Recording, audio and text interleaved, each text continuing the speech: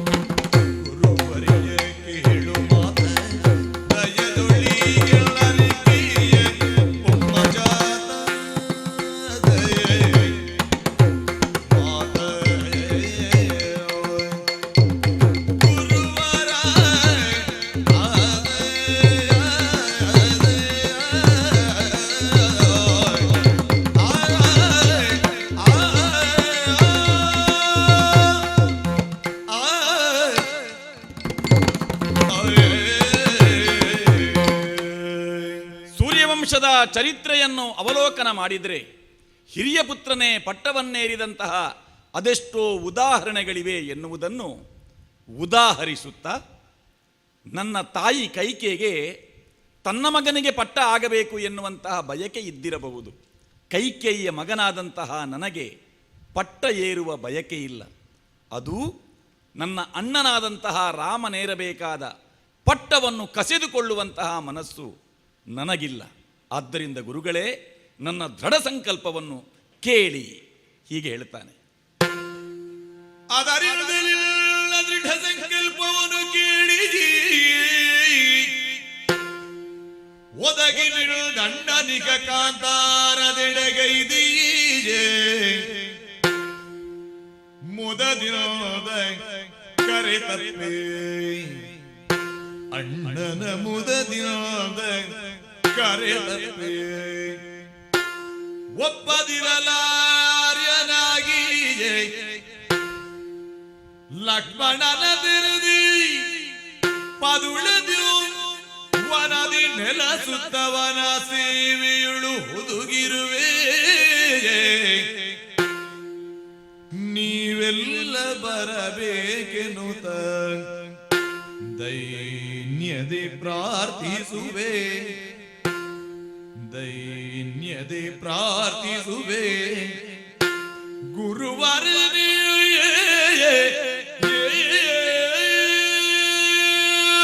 ನನ್ನ ನಿರ್ಧಾರವನ್ನು ಕೇಳಿ ನಾನು ಕಾಡಿಗೆ ಹೋಗುತ್ತೇನೆ.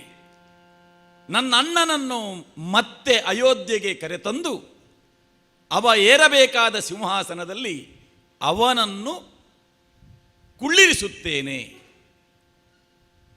ನನ್ನ ಜೊತೆ ನೀವು ಕೂಡ ಬರಬೇಕು. ಒಂದೊಮ್ಮೆಗೆ ಅಣ್ಣ ಅಯೋಧ್ಯೆಗೆ ಬರುವುದಿಲ್ಲ ಎಂದಾದರೆ ನಾನೂ ಕೂಡ ಅಣ್ಣನ ಜೊತೆಯಲ್ಲೇ ಕಾಡಿನಲ್ಲಿ ಉಳಿಯಬೇಕು ಎನ್ನುವ ಸಂಕಲ್ಪವನ್ನು ಮಾಡಿದ್ದೇನೆ. ನಮ್ಮ ಜೊತೆ ನೀವೆಲ್ಲರೂ ಬರಬೇಕು. ಹೀಗೆ ಹೇಳುತ್ತಾ ಸುಮಂತ್ರನಿಗೆ ಆಜ್ಞೆಯನ್ನು ಮಾಡ್ತಾನೆ. ಲಾಲಿಸಿ ಮಂತ್ರಿ ಮನದ ಲೋಚನೆ ಜಾನಿಗ. ಲಾಲಿಸಿ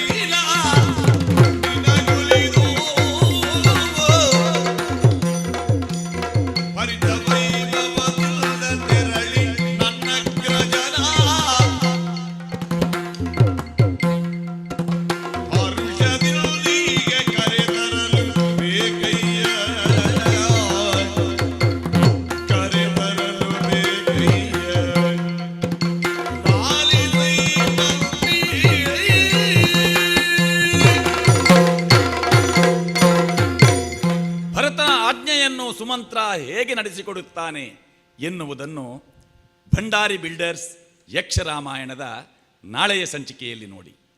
ಇಂದಿನ ಯಕ್ಷರಾಮಾಯಣಕ್ಕೆ ಮಂಗಳ ಪದವನ್ನು ಹಾಡುವುದಕ್ಕೆ ಅನುಮತಿಯನ್ನು ಯಾಚಿಸ್ತಾ ಇದ್ದೇವೆ.